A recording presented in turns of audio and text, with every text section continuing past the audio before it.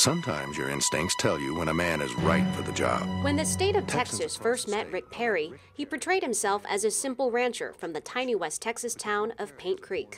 An Air Force pilot, family man, father.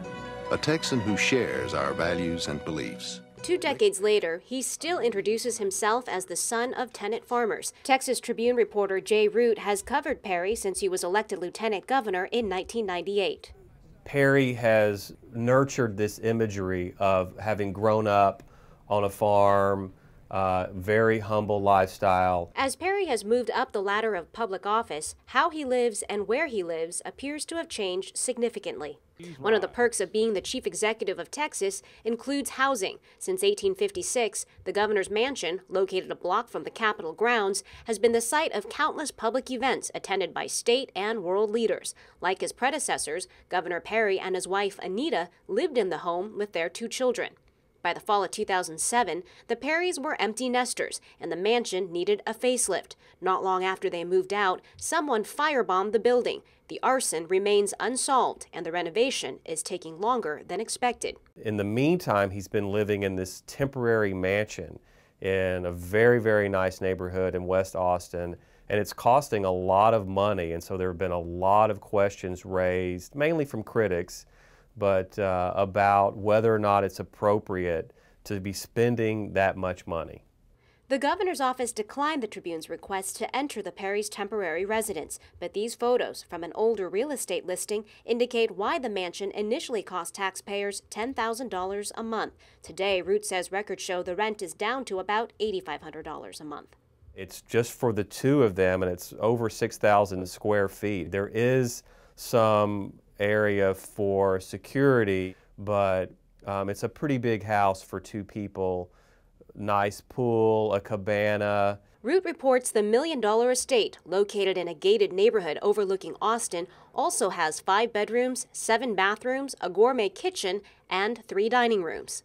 It was very common to be called over as a reporter to the governor's mansion. That never happens now. Reporters just don't ever go there. We don't really have a sense of what's happening there. In terms of the public money, that's getting up into the hundreds of thousands of dollars. Last year, I reported that over $600,000 in public money had been spent. So we're looking now at somewhere in the neighborhood of $800,000. That high tab has upset a lot of Texans, including the AFL-CIO. From the beginning, we thought it was excess. We still think it's excess.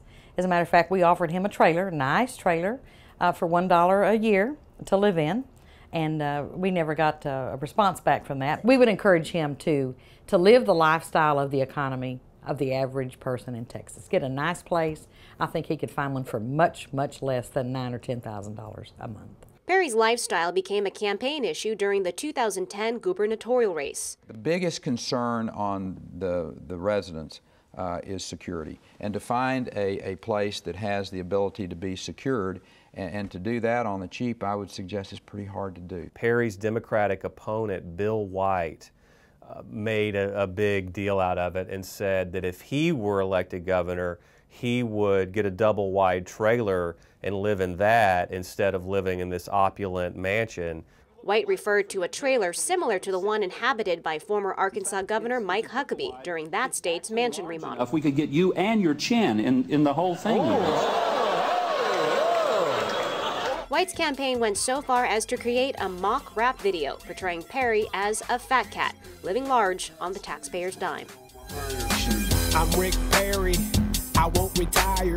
Back in June 08, my mansion caught fire.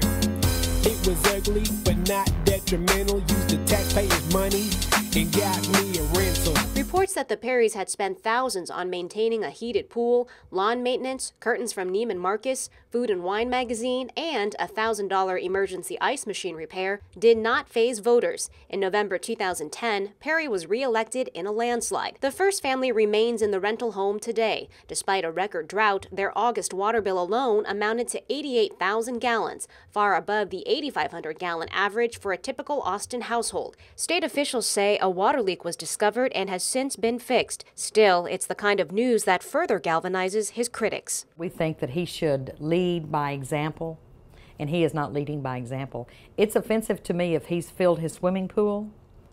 When we had the drought And we had, the fire budget was also cut, as you know. The Forest Service budget was cut in this last legislative session. If his pool is full, shame on the governor. During a recent tour of the mansion restoration project, state preservation officials told the Tribune they're making good progress, and they expect the home will be ready for the governor to move back in by June 2012. What it's actually going to cost to operate it day in and day out, it'll just be a matter of measuring that when the time comes. It's certainly got to be less. And as you know, the governor and First Lady didn't think they'd be out of this house for more than a year. Perry has dismissed any claims he lives a life of luxury. Well, what I would call living in luxury would be right over there in the governor's mansion, and I'm not living there now. So I take that as if that's the best cut that anybody's got of leadership in the state of Texas, then bring it on. However you view Perry's current digs, it's clear he's come a long way from the farm in Paint Creek, and he can thank Texans for making it possible. In Austin, this is Ton Tan with the Texas Tribune.